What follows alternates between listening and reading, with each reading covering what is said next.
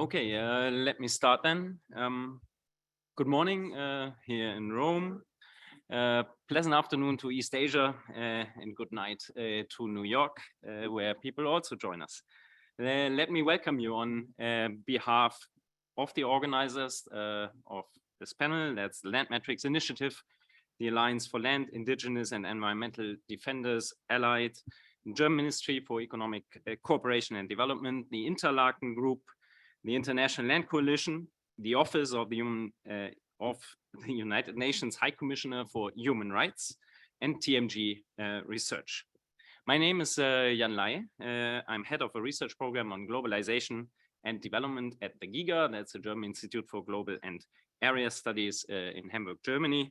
And I have the honor to moderate this distinguished panel on human rights in global land acquisitions and agricultural supply chains, global frameworks, and human rights due diligence. Before we delve into this topic, 3 organizational remarks.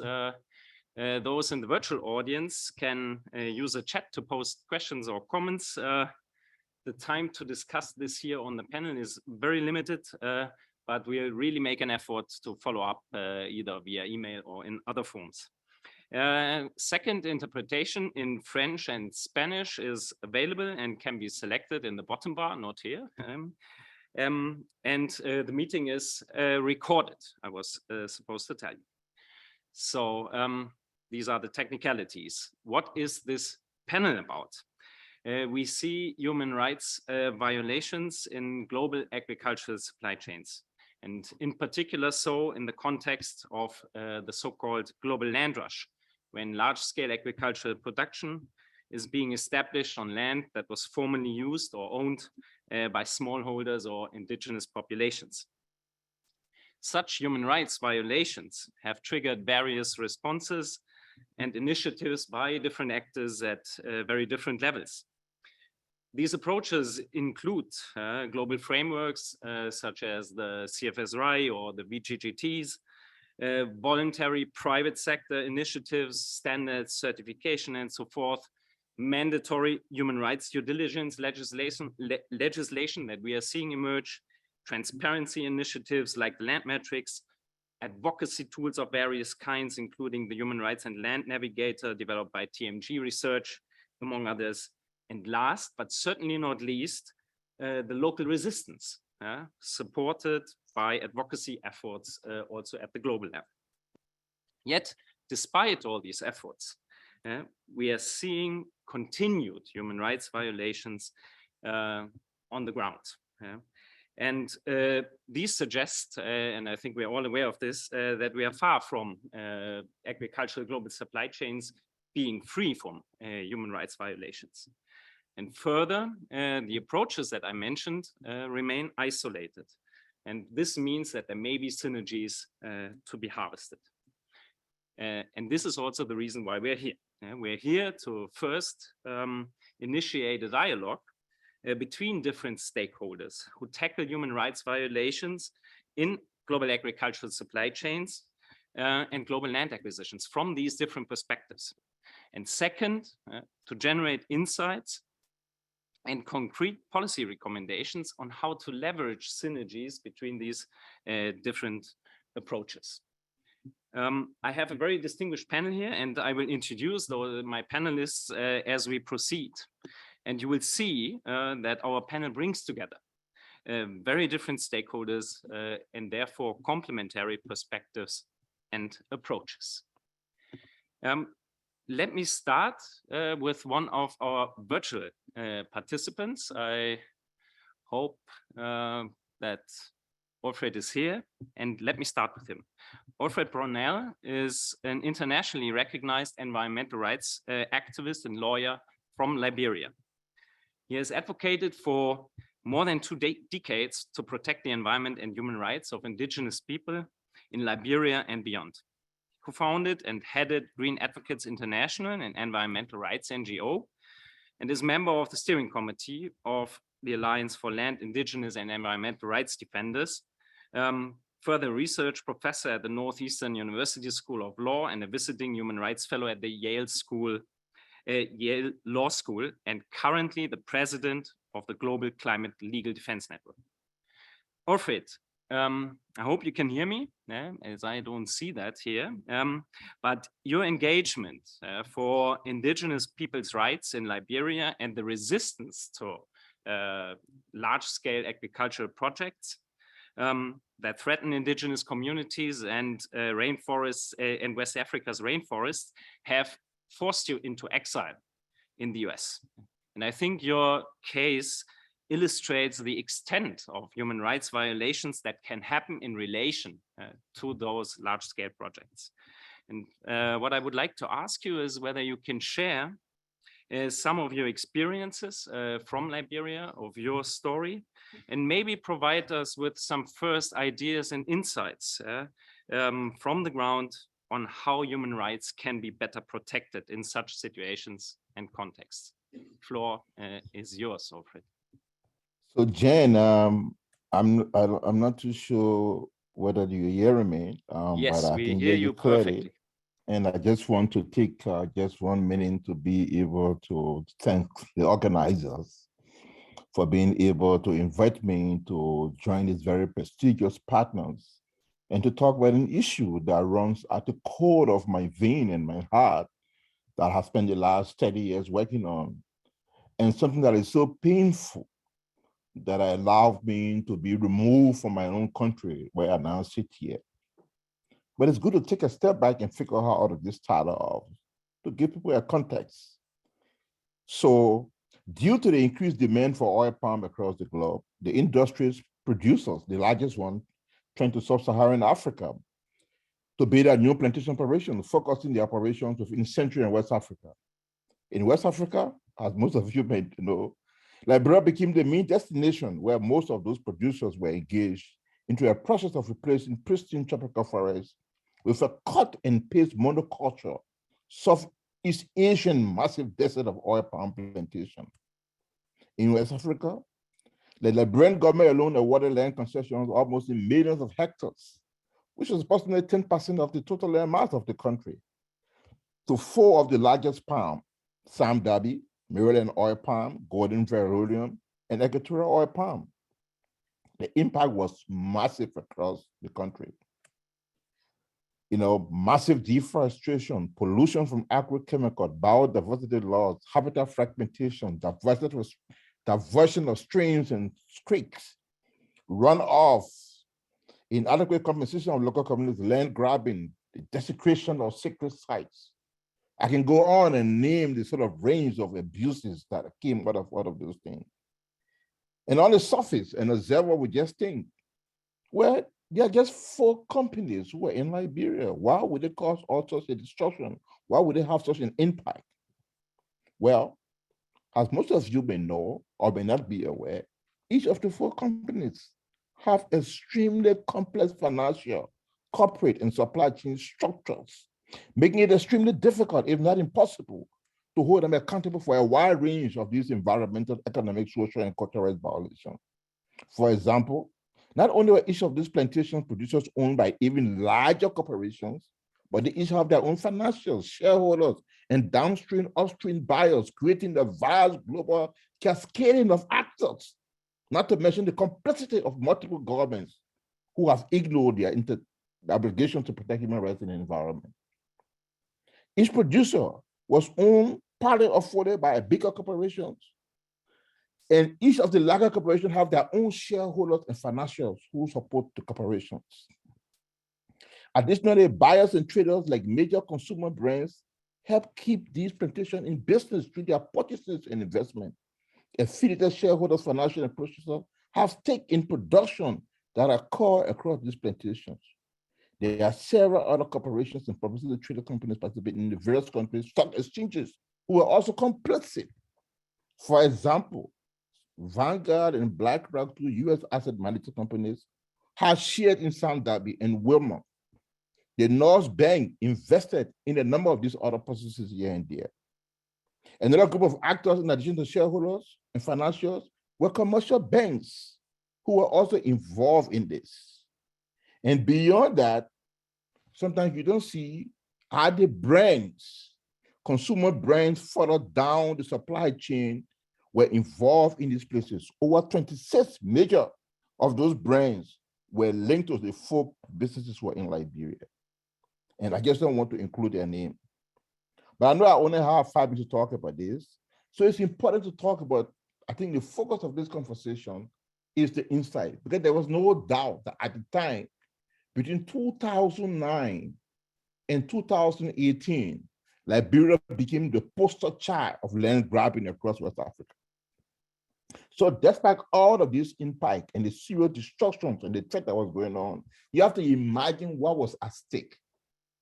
In Liberia, if you look across West Africa, we had the largest remaining block of the Upper Guinea forests, the lungs of West Africa, the largest carbon sink across the whole region, and the largest green areas towards the coast, which was holding back the encroachment of the Sahara Desert. This was what was under threat from this oil palm corporation. Additionally, within the forest were the home of indigenous people who for centuries and decades had engaged in entrepreneurial and sustainable livelihood activities that had coexisted with nature. All of this was under threat. And so we decided to do something to see how we could slow down or stop these processes. So in terms of getting insight from the ground on how human rights can be better protected in such situation and context, we first decided to understand what was happening. So we engaged in participatory evidence-based research, looking at the supply chain issues and also looking at impact on the ground. When I talk about the number of violations that we observed, those violations were well documented based upon the research we did.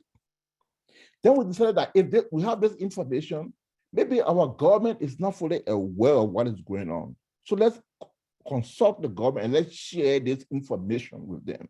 So the report that we generated from our field work, we engage the government at the local and national level to engage them with issues, to understand that serious rights, both environmental and human rights, were at stake.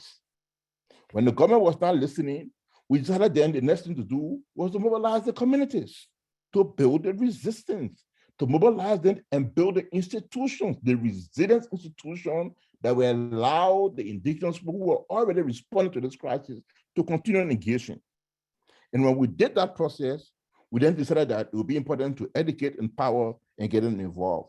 Then we designed a series of multi-pronged legal strategies to see how we can respond to this, because we felt that the way to respond would be through a legal channel and not a violent channel.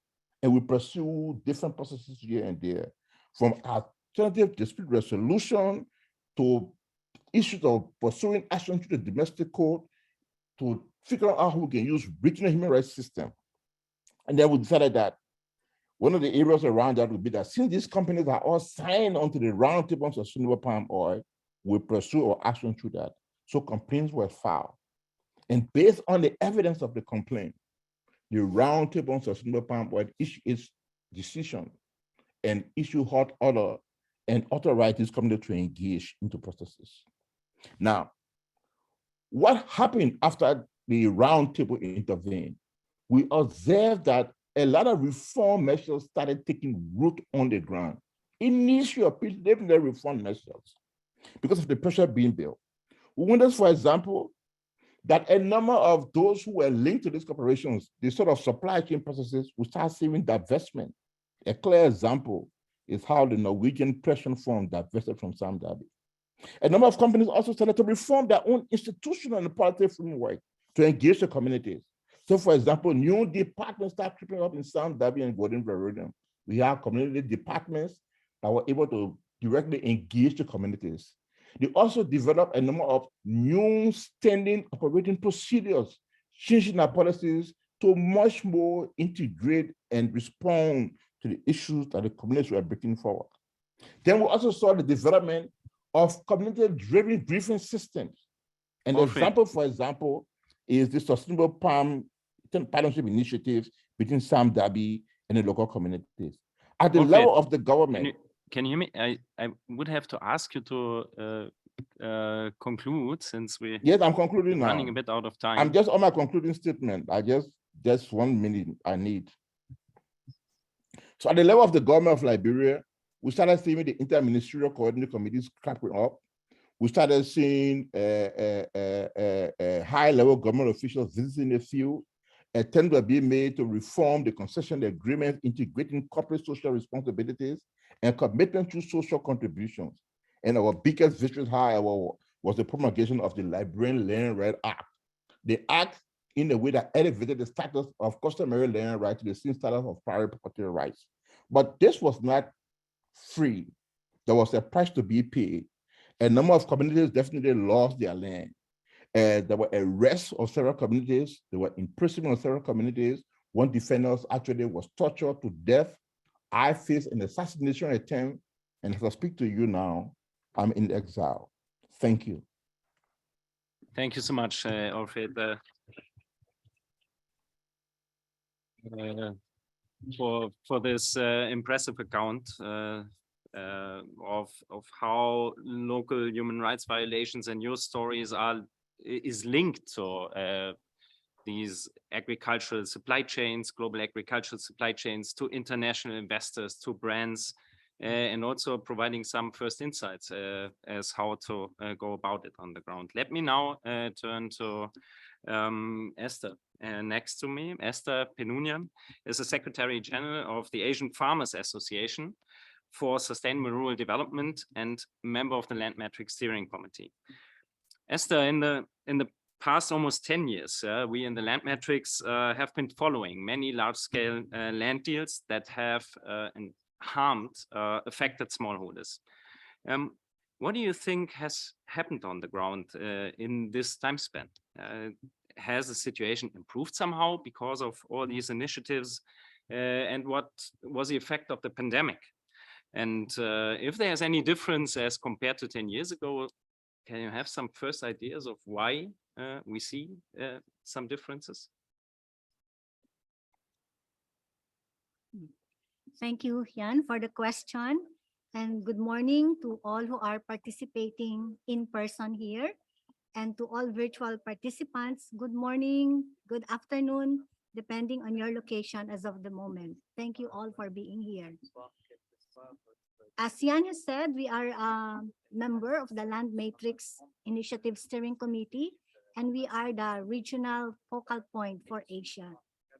Asia's data in the Land Matrix Open Database says that we have recorded less new deals compared before the onslaught of COVID in 2022. But we consider some possible factors that may have contributed to that.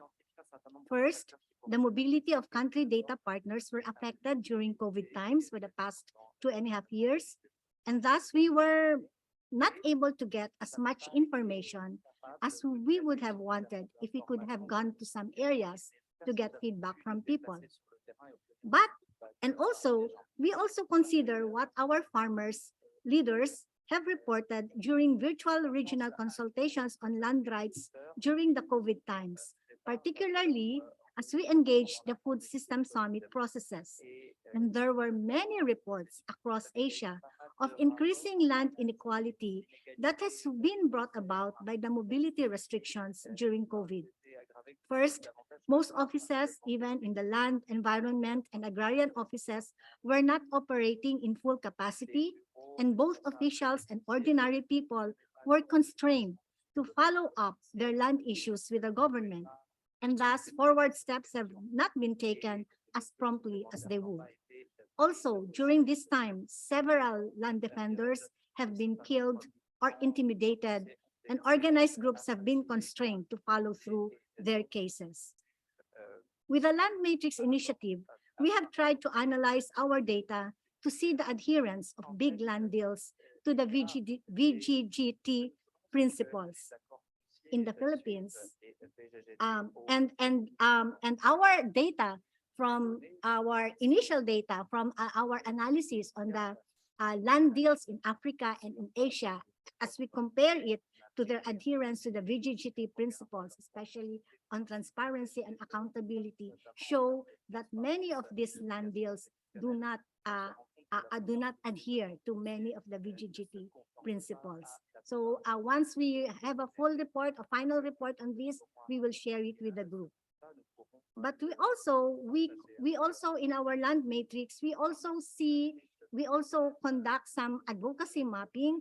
And in the Philippines, we have two clear examples of how big investments have been more vigorously implemented in the past years. First is the construction of a mega dam that will displace indigenous peoples and destroy biodiversity. And then the second is the construction of a new airport that will also displace hundreds of small-scale farmers and fishers in the area. You're asking, is there a difference, or what has made the difference? In our observations and with the land deals that we have conducted, that we have seen in the past, what made the big difference are organized farmers, fishers, and indigenous peoples groups who try and struggle to fight for their land rights, who go to their governments to lobby, to negotiate, and even provide and give direct action if needed, just so to ask governments to pay attention to their rights. So it's data plus support to the farmers who are fighting for these land rights that will help in really reducing land inequality in our communities. Thank you. Yeah, thank you, Esther. I hear you, and I also hear Orfit in highlighting the importance of local struggles, local resistance, in combination with transparency initiatives and other global efforts. Let me now turn to the role of development cooperation, and I'm very happy to have Dirk Meyer with us, who is Director General for Global Health, Employment, Economic Transformation, Digitalization, and Food Security at the BMZ, the Federal Ministry for Economic Cooperation and Development, in Germany. Dirk, you can hear us, I hope. I've seen you on my screen here. We have now heard about the continuing human rights violations on the ground in large-scale agricultural production and global food supply chains. And as I mentioned, there are many different approaches to tackling those problems. And I would like to hear from you where you see the role of and the priorities for development cooperation, be it Germany's or beyond. Over to you. Yes, Jan, thank you very much. Can you hear me? Yes, we hear you very good. Well. Yeah, very little. Very well. Very well. Oh, okay, thank you. Thank you very much, Jan.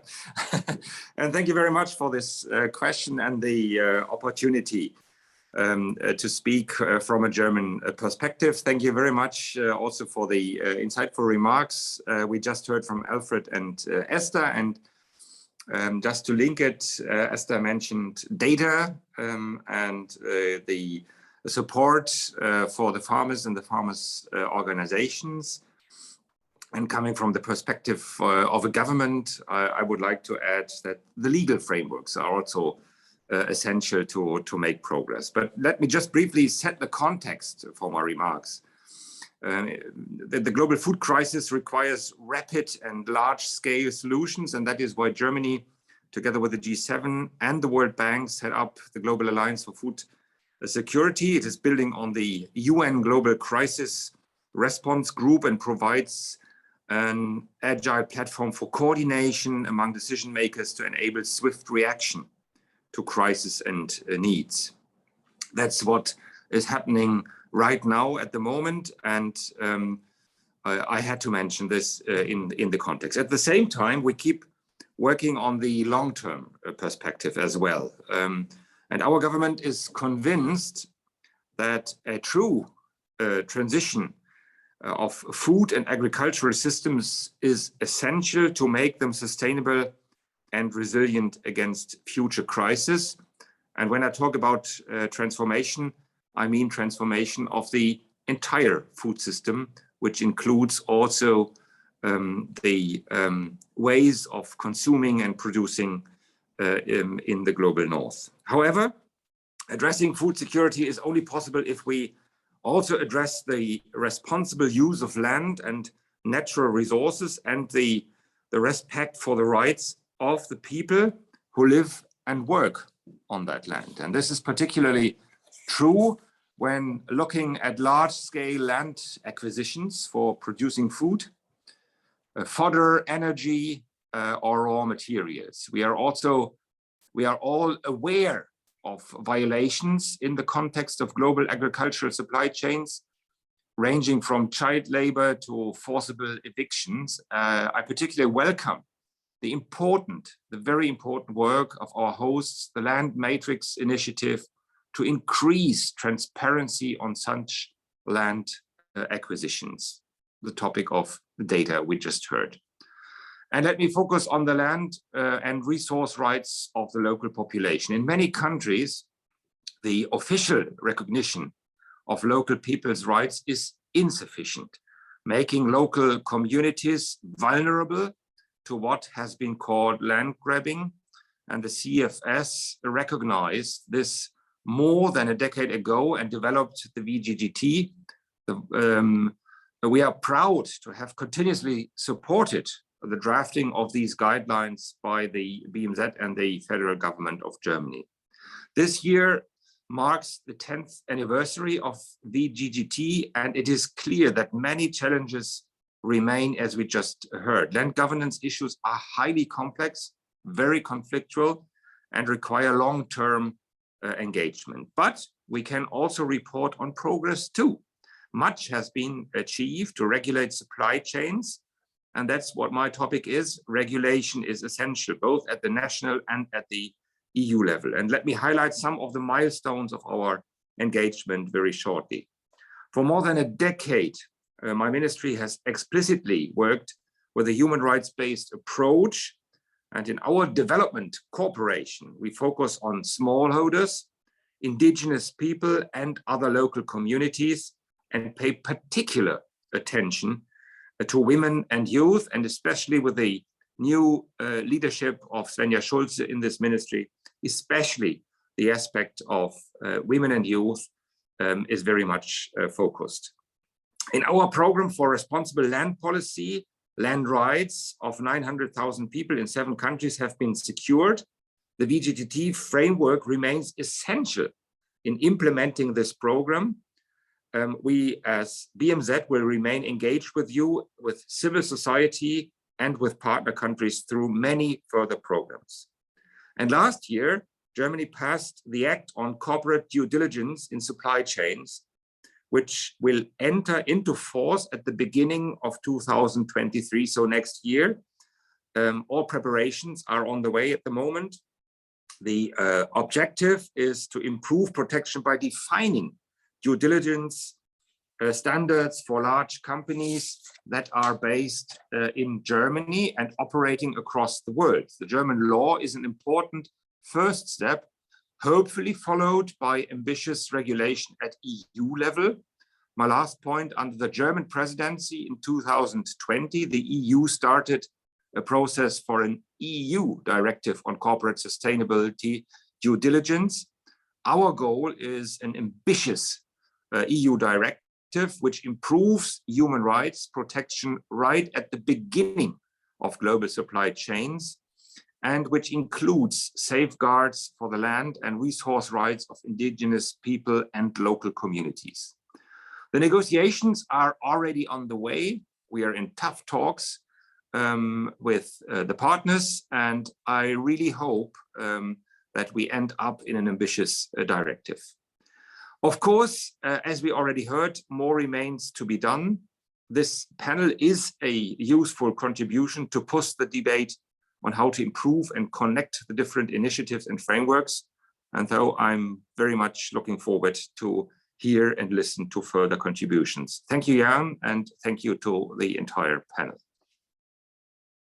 Yeah, thank you very much. And I think you can see that this is really about establishing the connections between these different approaches. And we've now heard highlighting the role of regulation and legislation. And let us stay within this sphere with Michael. Michael Fakri is a special rapporteur on the right to food. He is also a professor at the University of Oregon School of Law and the director of the Food Resiliency Project in the Environmental and Natural Resources Law Center. Here's my question to you, Michael. Where do you see the links between the right to food and large-scale production in and for global food supply chains? And I'm again asking you also for policy priorities in how to improve the current situation. Thank you, Jan, and thank you, everyone. For everyone in the room, you're going to have to excuse me. I'm going to have to step out after this. Unfortunately, I was double booked. Notice I'm using the passive. I was double booked, and we'll just leave it at that. Thank you for the question. I think this is an opportunity to think about 3 interlinked structural issues that are causing problems in our food systems. So we heard from Esther and Alfred the importance and necessity of a local struggle. I think I share that same theory of change. That's how change happens, is people organizing and developing relationships of solidarity, and the importance of data to serve those local struggles. And we heard from Dirk the importance of policy and regulation. And where I come from a right to food perspective is asking structural questions to understand what are the underlying causes of the problems of today. In terms of a policy priority, and I should add, I'm building on my report that I'm presenting to the General Assembly at the end of October, the end of this month. In terms of policy priority, it'd be basically all countries to commit to a just transition to agroecology. So what I'm going to do is I'll describe the 3 structural challenges are trade, finance, and corporate power. And this is building on what we've already heard today. And then I'll present, depending on time, I'll present a way forward. How can we create the conditions that can lead to a just transition to agroecology? So on trade, the current trade regime under the WTO and regional trade agreements creates a certain dynamic. It treats food like a commodity. And so even though, and it constrains some countries in a particular way, and it enables other countries. It enables rich countries in a particular way as well. It constrains developing countries in their ability to support agriculture. And that's because the WTO frames domestic support. Its starting position in the WTO is that domestic support is inherently problematic. The WTO starts with a suspicion of subsidies. And then that's its starting point. Then the WTO creates some exceptions to allow for domestic support in agriculture. The political challenge is that the exceptions have primarily benefited rich countries and corporations.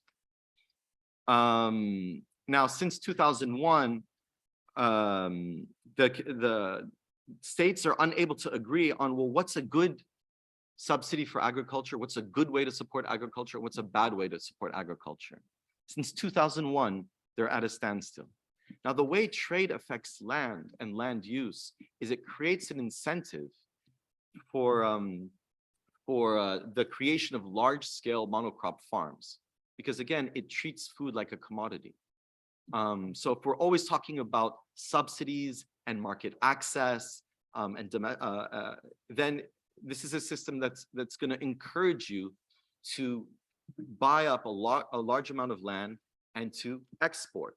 And so a corporation is able then to look at the world strategically. Where should we buy land? Where should we buy land, turn it into farmland for the purpose of export onto the global market? That's not how we think about food, and that's not how we should be thinking about land.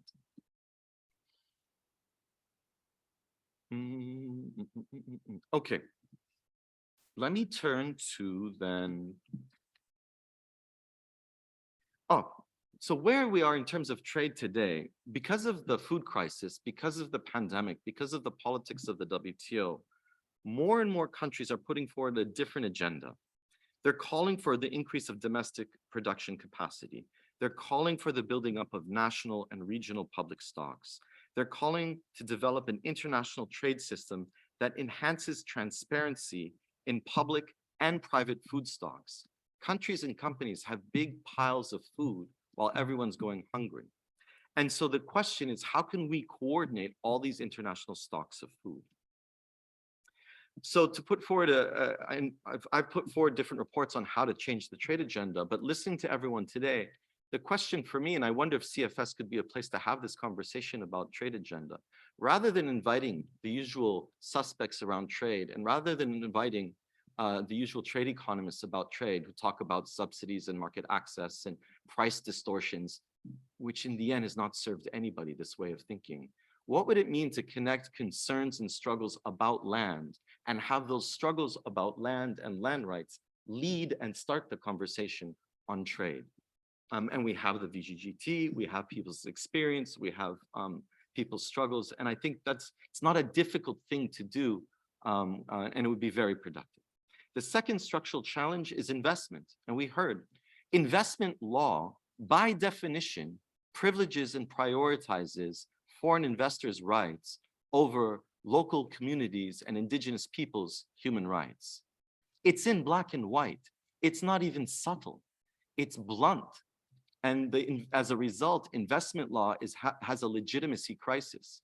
So before we talk about CFS policy tools like the RAI, we have to address investment law itself, which is privileging foreign investors over local communities. In international law, there is a growing consensus that investment law is becoming less and less legitimate through and through. Now, there's a debate in investment law over the dispute settlement system, which allows corporations to sue governments, but doesn't allow local communities to sue governments or corporations. But I think that's important, but that doesn't address the underlying power imbalance. So investment law itself is problematic. And of course, the final issue is corporate power. Now, so this highlights the importance of the current negotiations for a treaty for transnational corporations and human rights. I think people in food movements and land rights should continue to focus and put energy and connect with other groups on those negotiations. But we have to also remember the corporation by design is created to not be held liable. What is a corporation? A corporation serves two purposes. One, to create and hold wealth in perpetuity longer than human life, and to avoid liability. That's what a corporation is by design. If a corporation creates a subsidiary, it's incredibly difficult to hold the parent company liable. There's a recent case in the Netherlands, to the best of my knowledge, it might be the first case in which a parent company was held liable for the actions of the subsidiary in another country. Even if you hold a corporation liable, it's still a legal person, not a real person. So at worst, what happens is maybe some shareholders lose a bit of money. Whereas, as we heard, what's at stake on the ground are people's lives. So we have to ask, why are corporations in our food systems in the first place? Why are corporations allowed to buy land in the first place? Corporations haven't dominated our food systems. This is a recent phenomenon that really takes off in the 1970s. Corporations are almost treated like an entitlement. People assume, of course, there are corporations. We've only recently allowed them to enter our food systems and to acquire land to this degree. Corporations should be treated, we should invite them as a privilege. People have to prove it. The burden is on others to explain why you're a corporation. Explain to me why you're allowed to buy land. Explain to me why you're allowed to enter our food system. We should shift the burden in that sense. And that opens up space for other ways of organizing, because corporations, the reason they were popular, it's a very particular way of organizing resources and organizing wealth. But there are other ways, cooperatives, worker-owned entities. Let's continue exploring how we organize ourselves around land and other resources that are not necessarily corporate in form. I've got about a minute or so left. So what I'll focus on is the way forward. So what I put forward in my report and what I'm going to the General Assembly to suggest then, and this is also for me, it's linked to the pandemic, it's linked to the food crisis, is to focus on, of course, land, but also labor. Those two go hand in hand. And what I mean by land is land rights, the right to land, and genuine agrarian reform. The reason the VGGT, some people get frustrated, it's not been implemented enough and we should use it more. And I agree that what's interesting to me about the VGGT is it's incredibly progressive in many ways, but it has an incredible amount of legitimacy and credibility amongst a wide range of parties with different interests. But it's because we're talking about the redistribution of power over land. And often that leads to violence. That's what's at stake. So this is, so I'm not frustrated that the VGT is not implemented. I think that's the nature of the political struggle. And I just want to encourage everyone here to continue that struggle with those long-term and structural ideas in mind. I'll end on labor. I think that's a good place to end always. To transition to agroecology, right now, agroecology and the focus on land, we focus on biodiversity, but as many people might know here, agroecology is very labor intensive. And we need to think about how to protect workers who are working in agribusiness, in the industrial system, and to help them transition to a different system of agroecology. Ultimately, our relationship with each other and our relationship with land are interlinked. So this is why I like to always think of land and labor in the same breath. Thank you very much. Thank you. Thanks a lot, Michael. And thanks a lot for preparing the ground in a way for talking more about the private sector, corporations. And this brings in Bryson. Bryson Ogden is a director of the Rights and Livelihoods Program at the Rights and Resources Initiative. And he's also the coordinator of the Interlaken Group. And here we go with the private sector, an informal network of leaders from influential companies, investors, development finance institutions, CSOs, and other stakeholders who work together to scale up private sector support for collective land tenure. Bryson, good to have you. The private sector, and I think we're all aware of this, is a key actor here in what we are discussing. And as a matter of fact, some private companies are violating and continue to violate human rights on the ground, as we have now heard many times. Does this mean, in your view, because local institutions fail to protect human rights, do we need mandatory human rights due diligence rules in the global north? Is that the solution, or are global frameworks such as the VGGTs or voluntary private initiatives the answer to the issues that we are discussing here? Big questions. Over to you. Okay, well, thank you, Jan, for the question and for the opportunity to be here with all of you to participate in this very distinguished panel. It's a really important topic, and I'm eager to happy to weigh in. How is this? No? Is it? I don't want to shout. Ah, there it is. Or to lean all the way over the desk. Okay, this is a really interesting discussion. I've been self-editing my comments as we've been going, which is a little risky, but this is very, I think, a really good discussion this morning. So I've been struck by a number of the themes that are emerging, right? This issue of the linkages between brands and major investors who have made, who have public sustainability commitments or committed to the VGGT, but are in the sort of upstream of their supply chains are continuing to drive violations. The issue of power imbalances, the role of communities and farmers to advocate, and the need for local empowerment, and then the potential of new regulation at the EU and the German level to force change on the part of the private sector. This is, I think, a really nice assessment of the ecology of sort of all the different forces that are coming together. I've not heard this discussion yet, so I think it's really interesting.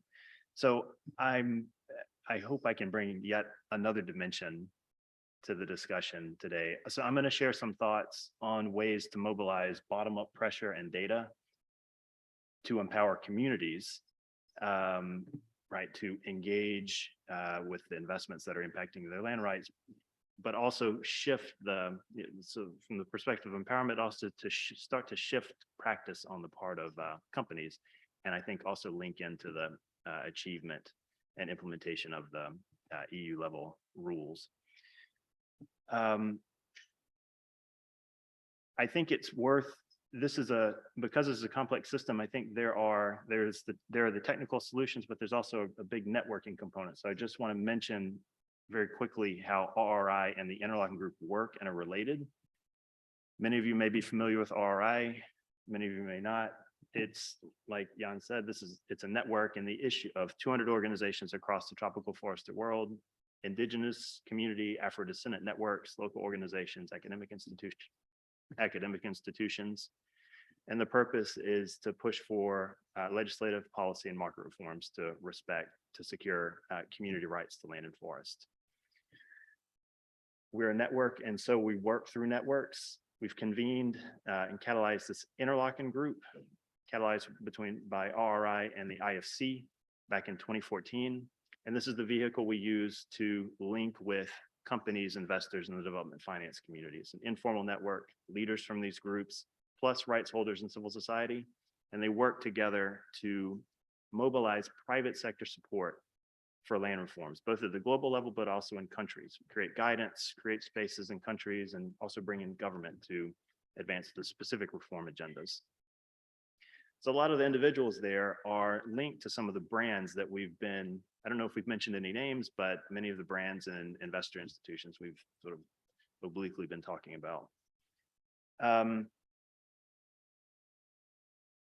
So with that context, the issue we're discussing today is very much front of mind for the private sector participants in the interlocking group, as well as for the RRI coalition, right?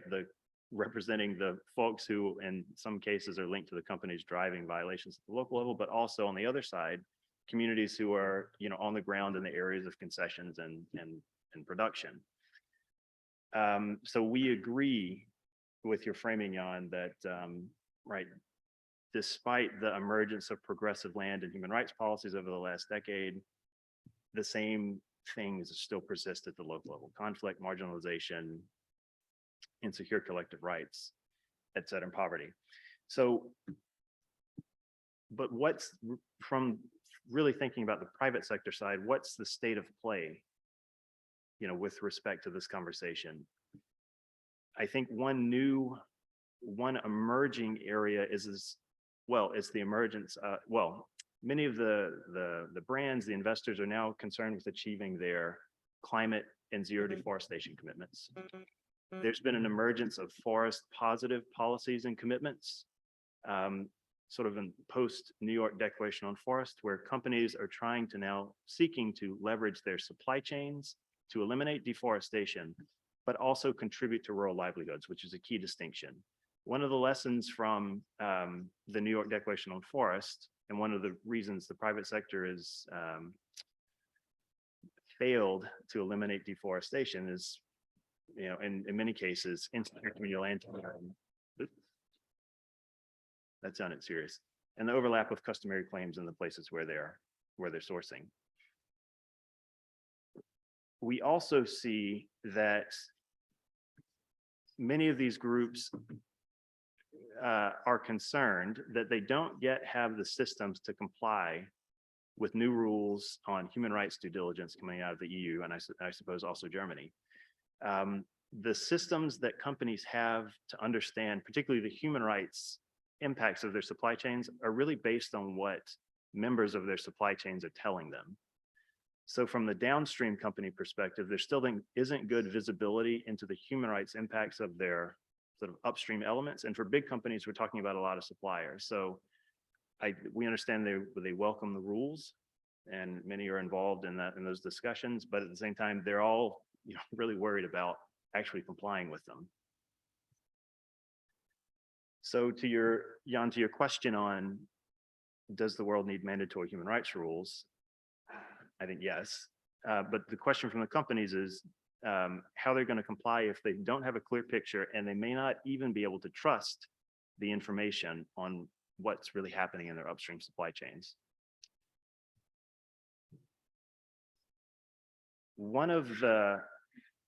From our perspective, one of there are a number of reasons why the voluntary commitments, the VGGT and other frameworks, the CFS-RAI, you haven't trickled down.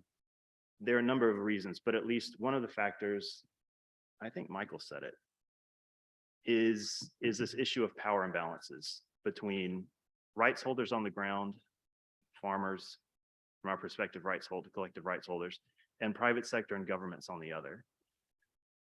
Information, positive or negative, on the implementation of sustainability commitments, right, like I mentioned, are largely based on self-reporting by companies. So, but the lived experiences of communities impacted by agricultural supply chains linked with these commitments aren't really rising above the level of the community. And where it does, that information may not carry the same weight. Michael mentioned the burden of responsibility. I think that's true. More powerful stakeholders are sort of controlling the narrative of what's happening and what they're required to do. So there's a question of how to bridge the information gap faced by companies sourcing agricultural commodities, but at the same time to empower communities to influence investments that are impacting their rights and well-being. So I think that the top-down initiatives we've been talking about, implementing the VGGT, EU and German regulations, have to be complemented by bottom-up pressure. So one area of opportunity that RI sees and that's being advanced in collaboration with members of the interlocking group is this idea of community monitoring of supply chains. So these are systems to legitimize and leverage grassroots data on social and environmental impacts into the due diligence, monitoring, verification, and reporting of companies and investors. The way I've pitched this to many of these groups is if you really want to know whether or not your commitments to the VGGT or other human rights, or if your human rights due diligence was done, you ought to be able to ask the people on the ground who live with the impacts. But right now, those systems don't exist. So, and in this case, it sort of flips the relationship. So the burden of proof and compliance, goes to the companies as opposed to being on local peoples, like Michael was mentioning. So I'll just share an example. We've got a few examples, but I'll share an example from a case that we're advancing in Indonesia with the support of the interlocking group in the oil palm sector. In Sumatra, the coalition has supported an indigenous group whose customary territories and forests have been taken under palm oil concessions. They're all the sort of all the impacts that we're all, I suspect, familiar with: poverty, low education, conflict, food insecurity, deforestation, pollution. And the claims of this community for formal recognition have been unsuccessful for at least the last 30 years, coinciding with sort of the implementation of the plantations in their area. But these concession agreements are up for renewal this year and the next couple of years, which represents a strategic political moment to try and influence the renewal, the shape of the renewal, and to advance the community's land claims. So we've done three things. And I think these are some of the elements of some of the systems level engagements we were talking about structural impediment, sort of systems level engagements to unlock some of the structural impediments. We mapped the supply chains behind all the concession holders in the community's territory, which was customary territory, which was itself mapped and bounded. And it revealed that the concessions were linked to many of the global consumer packaged goods brands and funds that we've been discussing here. And we also, in doing this, we mapped the types of commitments and policies all these groups had made. Were they RSPO members? They commit to the VGGT, the UNGPs, the PRI. Many of these companies were linked to the interlocking group, so linked into the sort of bigger network. Second, in parallel, members of the RI coalition worked with the community to develop and pilot a monitoring framework that linked specific elements of the corporate sustainability commitments we identified on food security, including the VGGT, to very simple data that rights holders can collect. So from principle down to indicators, it sort of drills down to a checklist with 2 columns.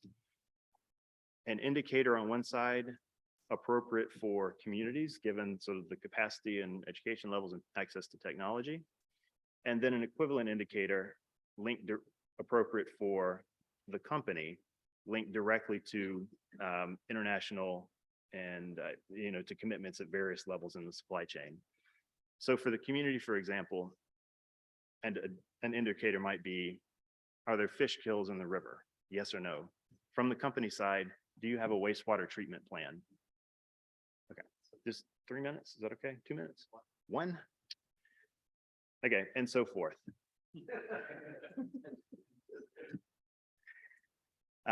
Once this material, this sort of ammunition was arranged, we started to wield it at multiple levels, which is the third sort of area of intervention. At the global level, we took the information into the interlocking group and these networks of companies and alerted them, right? They started to bring pressure down the supply chain on the companies that we're talking about to bring them to the table.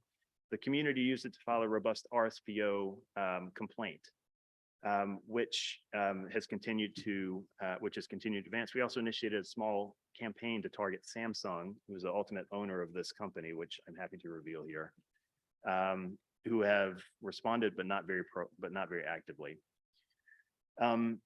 The impacts 3 years on, this has been a process. The RSPO complaint has continued to move.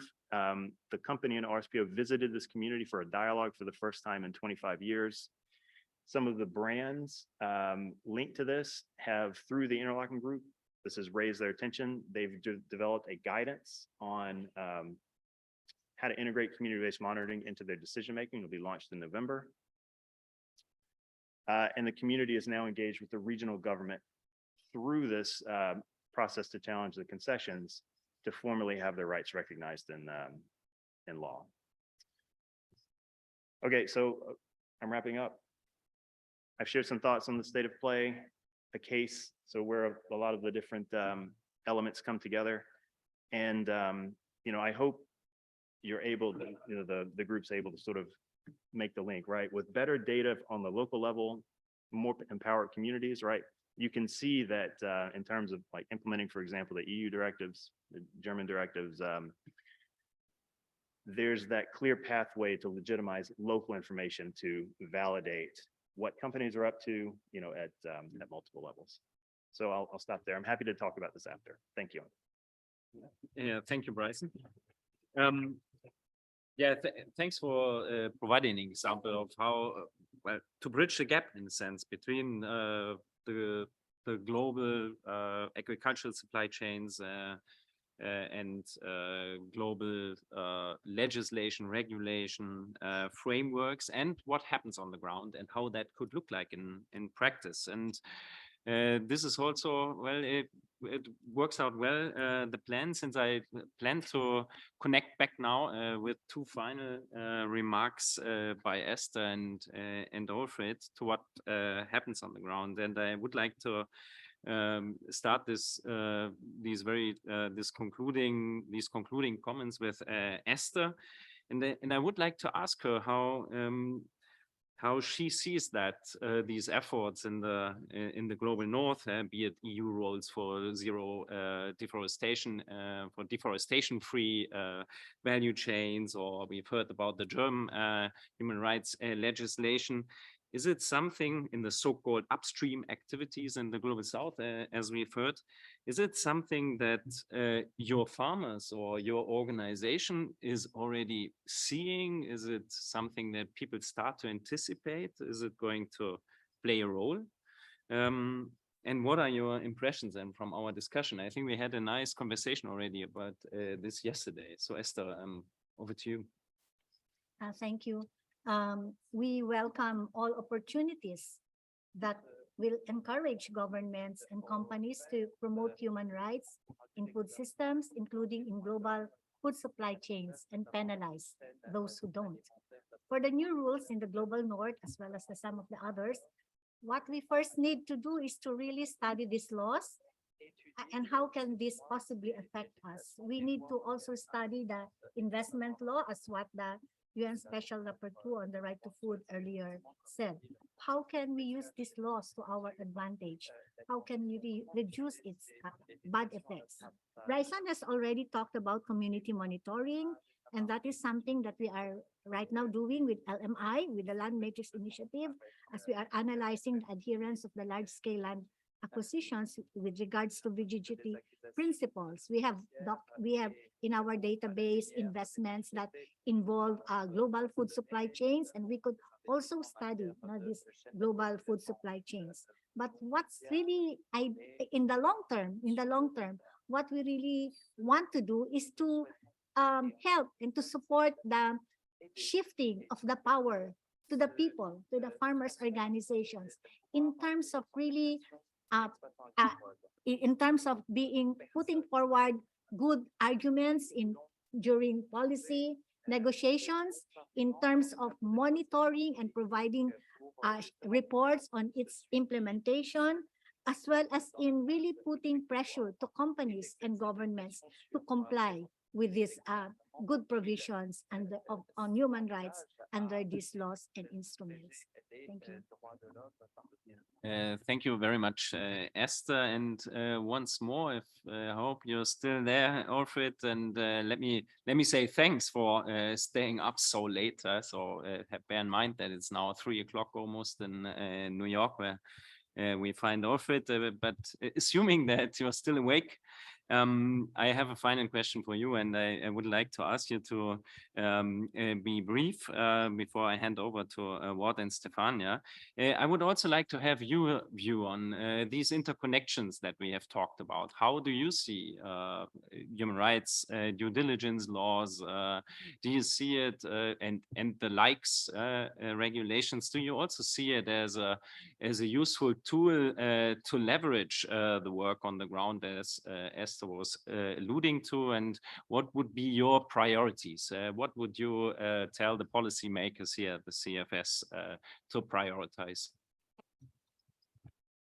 So thank you once more. So, you know, like the previous speaker said, you know, has human rights actors on the ground, we definitely will welcome any action or initiatives by the government to protect rights. You know, there's no way we can say no. But to begin to say that the answer or the response to the sort of troubling trends we see, like in my part of the world in Liberia or across the globe, in terms of the whole food security chain, the whole issue of livestock land investment, a due diligence legislation or the VGGT is not the answer. It is not the answer. All of these are just cosmetic actions being taken. The real problem is a rethinking of the investment model. The sort of investment model is the problem. There's no way how banks, businesses, brands who have made their investment are going to rethink that. We have a system that has not delivered on human rights, has not delivered on the environment, has not delivered on poverty, has not delivered on conflict, has not delivered on government. If we have a system of corporate capture, and we want to work on the surface and believe that it's going to transform folks, why would you want to have transnational corporations owning land that's already been owned by indigenous people who have coexisted their livelihood system for decades? I have an experience in how this has not worked. In Liberia, we engaged one of the largest oil palm corporations, and we set up a sustainable palm ownership initiative to work together.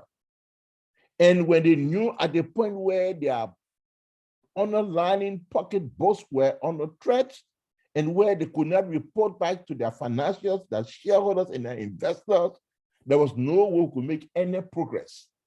So until we rethink that investment model, we can have as many military due diligence legislation, we can have as many VGGTs, the process on the ground will not change.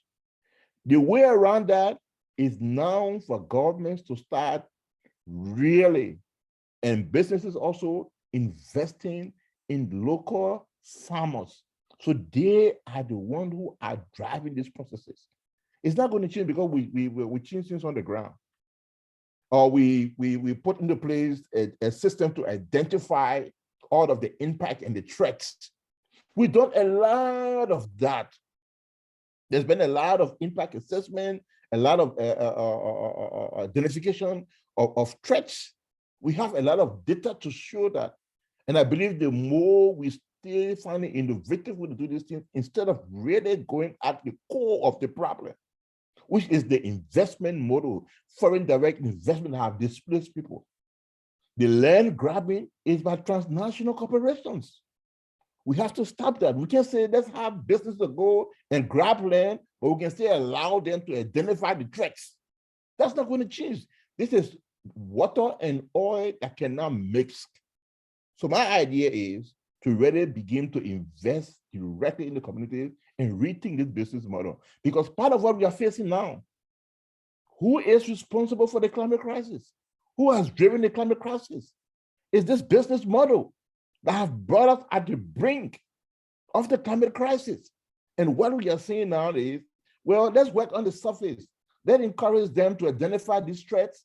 And by identifying these threats, we are going to have solutions. We are not going to get there.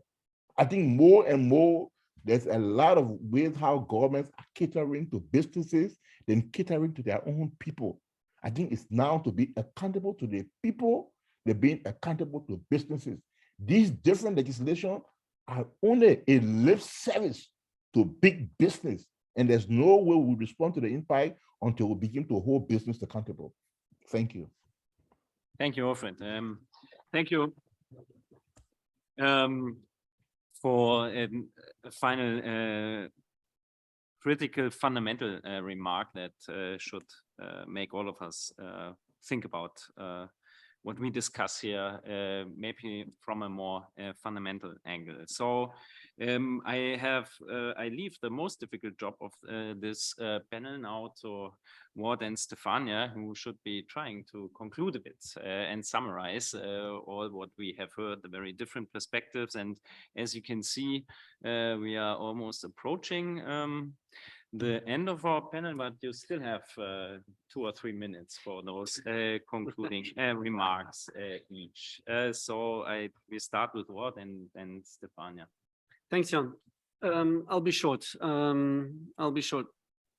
won't try to summarize. I just want to highlight 4 points that have been discussed here today and that I want to underscore, but also some aspects that I think haven't been discussed enough and that I want to highlight. The first one is extreme concentration in global value chains. I heard Michael Fakhri here saying we should turn around the debate from a investment approach to a human rights approach. And he said it shouldn't be too difficult. Well, that's our task at the ILC and the International Land Coalition. And I think we're doing a good job, but there's huge challenges related to that. And one of these challenges is the huge concentration we see in global value chains. Let me give you some figures here. The largest 1% of the companies and farms operating in agriculture operate and control 70% of the farmland out there. 3 to 4 of these biggest actors have a yearly budget and assets of 7 to 8 trillion US dollars. This is twice the GDP of Germany. This is 1,000 times the GDP of Zimbabwe. Turning around this discourse means turning around these power balances with these companies. It will take a lot of energy. It will take a much broader approach than just the agricultural value chain and putting the balances right there. It will be tackling all the dots and bringing together finance, governments, consumers, etc. There's a lot to be done there. Instruments do exist, and that's my second point. And we've been talking about all these soft laws, the VGTs, the RAIs, etc., that have been developed over the last 10 years. And they're very much welcome. We all welcome them. Last Friday and Thursday and Friday, sorry, there was the VGT plus 10 anniversary event. And many were calling upon making these voluntary guidelines, compulsory guidelines for these companies and governments, and rightly so. But let's not forget that all these voluntary guidelines including the UNDROPs, the INDRIPs, etc., are based on human rights approaches and principles and mechanisms. And although these soft laws are voluntary, these principles and mechanisms based on human rights are binding, and we can mobilize them to bring governments and companies to account. And actually, the African Commission on Human and People's Rights, the Inter-American Commission on Human Rights, and the European Court of Human Rights have used them to tackle agricultural and land rights issues, but not enough.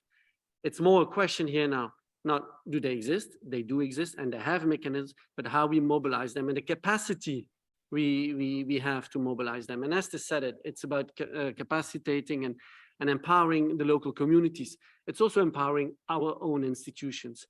As ILC, we do not have the capacity to do this at this stage. There's a lot to be invested in, a lot to be done right now to mobilize these aspects and these mechanisms that exist already. Third point, Jan, I'm almost there, is the need for transparency in the global supply chains. Esther mentioned the Land Matrix report. In this report on Africa, we discovered that of all the large-scale investment in Africa, 26% have no information or are not publishing any information at all about these land deals, about these investments. Only 7% of these investments are considered publishing or having a satisfactory level of information. Transparency is in a dire state with regarding land, with regarding global value chains. And numerous initiatives exist. Land Matrix is one, allied of which Alfred is part of, covering murders and harassments to land rights defenders is another very powerful one. But they have many challenges. And one of them, the major issue, I think, is the recognition and the formalization, the legal process these data sources lack. They are not considered by governments. They're actually pushed away by governments. And there's a huge work we have to do here all together to make these data sources that are often called alternative, but I would call complementary, having more power through a formalization process, through a legalization process, that are uptaken by governments, that are uptaken by companies, so that we can start changing these power balances, at least around the negotiation and policy table. And then my last point, and I want to come back to Dirk Meijer here, is we are in a time that enabling environments are being created for these accountabilities and for these data and transparency initiatives to strive. The proposals of the directives of due diligence of the EC in global value chains to safeguard human rights and the environments that Dirk Meijer presented was tabled in February at the European Commission, and that's a huge step forward. Transparency, of course, is part of it. It has challenges. It focuses only in agriculture on bigger companies of plus 250 employees, 40 million hectares, etc., which leaves the bulk of the iceberg untransparent, but still it's a huge step forward.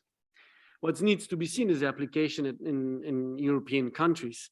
And Germany, and Dirk said it very well, is a very good example. There's other countries. I know the Netherlands have taken it up, but many other countries, including European countries, maybe not part of the UN, but still European countries have voted against it or have voted against such directives to be implemented in their countries. So it still poses a lot of questions how this will be applied and how this will change these extreme power relations in the value chains. I'll stop it here. Thank you very much. Thank you.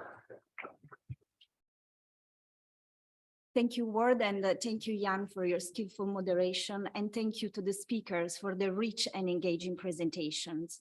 As we have heard in this compelling discussion, access to land is an important precondition for the realization of fundamental human rights, particularly the rights to adequate food, water, and housing, as well as the right to health, the right to decent work, the right to self-determination, cultural rights, and the protection against non-discrimination. As Ward just pointed out, beyond the voluntary instruments mentioned today, these rights are recognized in the Universal Declaration of Human Rights, the UN Human Rights Treaties, the Declaration on the Rights of Indigenous Peoples, and the Declaration of the Rights of Peasants, that also recognize the right to land of Indigenous peoples and peasants. Our speakers made clear that the eradication of hunger and poverty and guaranteeing the livelihoods of individuals, groups, and communities depend on the secure and equitable access to land and control over land, rebalancing power imbalances. And in this struggle to rebalance such power imbalances among communities, states, and corporations, we've witnessed an increase in killings, attacks, and intimidations against land human rights defenders, as also witnessed by our speakers. And the Office of the UN High Commissioner for Human Rights is monitoring closely the situation on the ground, denouncing these human rights violations. Large-scale land acquisitions affect large number of smallholders, often individuals belonging to marginalized groups, as their land use titles are often poorly recognized, often informal. But human rights norms and principles offer guidance to states and the private sector. States, for example, should put in place safeguards such as ceilings on permissible land transactions and the requirement that transfers exceeding a certain level should be approved by the national parliament. So the path forward should be promoting production and investment models that do not result in large-scale land displacements, such as through partnerships with local tenure rights holders. States should adopt clear standards for business entities and private investors in the context of large-scale land acquisitions, including a legal framework that requires corporations to exercise human rights due diligence in order to identify, prevent, and mitigate the negative impacts caused by their decisions and operations on human rights. Legal framework should avoid an increased concentration of land ownership and privileges within land tenure system. And as the Special Rapporteur said, states should refrain from entering into international agreements with other states or international finance institutions that protect those institutions and corporations from liability or provide them with immunity from activities that endanger human rights. Lastly, a useful tool to design an appropriate response are also the UN guiding principles of business and human rights that recognize the state's obligation to protect the rights holders from the activities of the private sector, the duty of the private sector to respect human rights, and these principles also recognize the need for effective remedies when rights are breached. I hope this discussion will inform your efforts to protect human rights in the context of land acquisitions, and I thank you for your attention and participation. Yeah, thank you very much, Stefanie and Ward. Thank you very much to my fellow panelists here, for which I think has been an excellent discussion that has illustrated the interconnections between all these different approaches that we also need to see and leverage if solutions to improve the human rights situation in global agricultural protection are to be achieved. Let me extend a thank to Christoph Kubica, who is in the background organized all this, all the panel with the many emails and organizational effort. Thanks, Christoph. Thanks, Alfred, again for staying up late. Thanks to the audience for being with us today. And finally, thanks, of course, to all the institutions that are supporting us and the funders, in particular, the BMZ, for its support to the Land Metrics Initiative. Have a good and productive day here at the CFS. Thank you. Thank you all together. Bye-bye.